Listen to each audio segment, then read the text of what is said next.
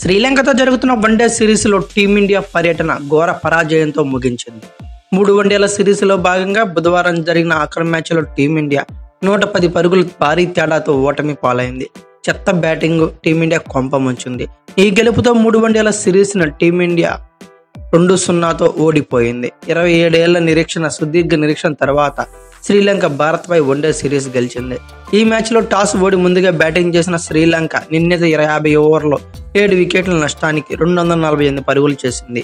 Avishka Fernando 102 బంతుల్లో 9 ఫోర్లు 2 సిక్స్లతో 96 పరుగులతో త్రుటిలో శతకాన్ని అయితే చేజార్చుకున్నాడు. ఇక కుశల్ మెండిస్ 82 బంతుల్లో 4 ఫోర్లతో 59 పరుగులు చేసి చివరి దాకా నాట్అవుట్తో రాణించాడు. మరో ఓపెనర్ పాతుమ్ నిశాంక 65 బంతుల్లో 45 పరుగులతో కీలక ఇన్నింగ్స్ అయితే ఆడాడు. ఇక టీమిండియా బౌలర్లో రియాన్ పరాగ్ అరంగేట్రంలోనే అదరగొట్టేశాడు. అరంగేట్రంలో 3 వికెట్లు తీయగా వాషింగ్టన్ సుందర్, కుల్దీప్ యాదవ్, మహమ్మద్ సిరాజ్, అక్షర్ పటేల్ తలా వికెట్ పడగొట్టారు. అనంతరం చేజింగ్కి దిగిన భారత్ 26.1 ఓవర్లోనే 138 పరుగులకి చతికిల పడింది.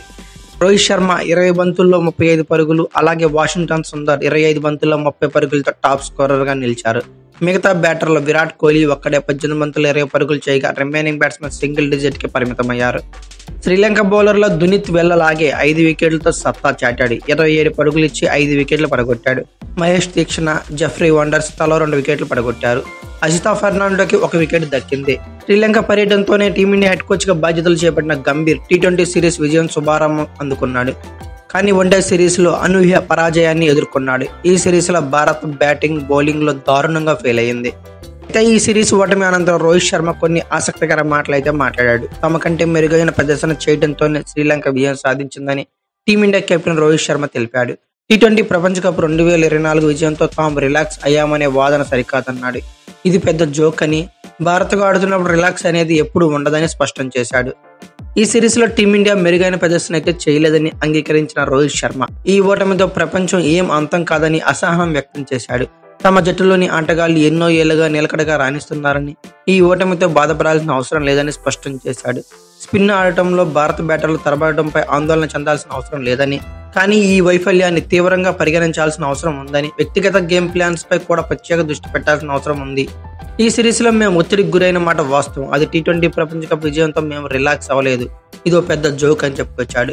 భారత్కు ఆడుతున్నంత కాలం రిలాక్స్ అవ్వడం అనేది ఉండదు. క్రెడిట్ ఇవ్వాల్సిన చోట ఇవ్వాల్సిందే. శ్రీలంక మాకంటే మెరుగైన ప్రదర్శన చేసింది. కండిషన్లకు తగ్గట్టుగా మేము కాంబినేషన్స్ మార్చాము. ఈ సిరీస్లో మేము మెరుగైన ఆట తీరు కనబరచలేదు, అందుకే ఓటమి పాలయ్యాం అని చెప్పుకొచ్చాడు. అలాగే ఈ సిరీస్లో ఓడినా మాకు కొన్ని సానుకూల అంశాలు ఉన్నాయి. స్పిన్నర్లు అద్భుతంగా బౌలింగ్ చేశారు. కొందరు బ్యాటర్లు మిడిల్ ఓవర్లో నిలబడి పోరాడారు. అలాగే ఈ సిరీస్లో మేము ఓటమి పాలయ్యాం కాబట్టి సానుకూల అంశాల కంటే లోపాలపైనే ఫోకస్ పెట్టాల్సిన అవసరం ఉంది. స్పిన్ కండిషన్స్లో మేము ఎక్కడా తప్పిదాలు చేశామో చర్చించుకుంటాం. సిరీస్ ఓడిపోయినంత మాత్రాన ప్రపంచం ఏం అంతం కాదు. మా ఆటగాళ్ళు ఎన్నో ఏళ్లుగా నిలకడగా రాణిస్తున్నారు. కఠినమైన ఓ సిరీస్ను మేము ఓడిపోయాం. ఈ ఓటమి నుండి ఎలా పుంజుకుంటామన్నదే ముఖ్యం అని రోహిత్ శర్మ చెప్పుకొచ్చాడు.